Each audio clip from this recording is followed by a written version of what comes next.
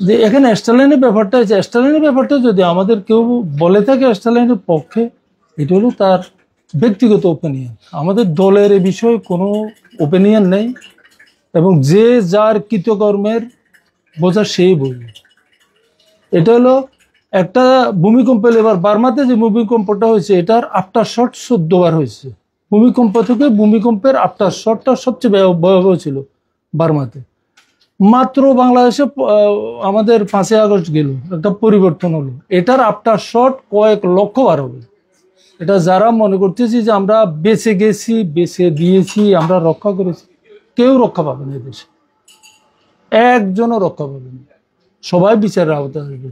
আর আমাদের মাঝে যদি কেউ কোনো ব্যক্তিগত ওপিনিয়ন স্টালিনকে দিয়ে থাকে, এটা তার নেহাত ব্যক্তিগত ওপিনিয়ন, এটার সাথে আমাদের দলের কোনো সম্পৃক্ততা নেই।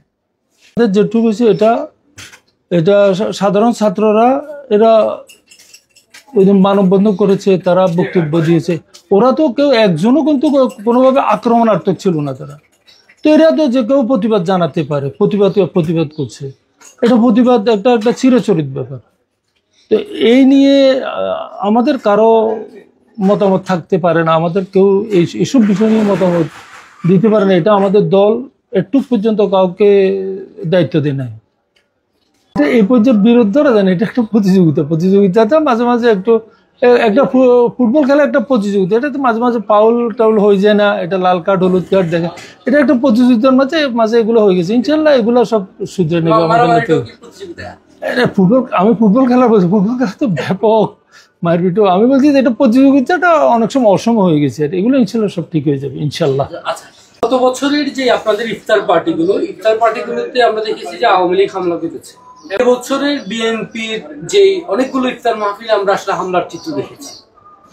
এবছর তো আসলে আওয়ামী লীগ নেই, তাহলে হামলাগুলো কারা করে এবং কেন করে?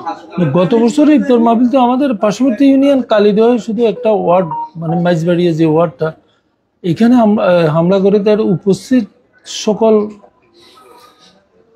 লোকজনকে তারা ব্যাপকভাবে মারছে।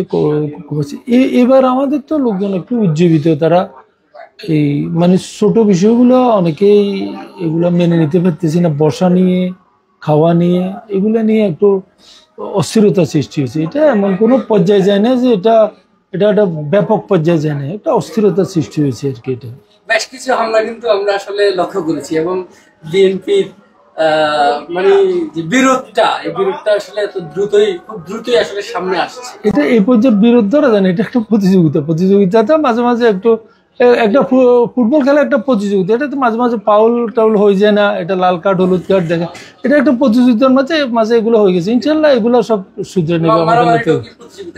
এটা আমি ফুটবল খেলা বলছি, ফুটবল খেলা তো ব্যাপক মারপিটও। আমি বলছি যে এটা প্রতিযোগিতাটা অনেক সময় অসম হয়ে গেছে, এগুলো ইনশাল্লাহ সব ঠিক হয়ে যাবে ইনশাল্লাহ। খুব ব্যাপকভাবে আমাদের দল পুনর্গঠন হবে, আমাদের তৃণমূল থেকে দল পুনর্গঠন হবে, এবং এই পুনর্গঠন প্রক্রিয়াটা তে আমরা সবাই অংশগ্রহণ করতে হবে। এটা বিএনপির কমিটি, ইউনিয়ন পর্যায়ে, ওয়ার্ড পর্যায়ে থেকে কমিটি হবে, অঙ্গ সংগঠনগুলোর কমিটি হবে। আমরা আমাদের সাংগঠনিক কার্যক্রমে চলে যাব।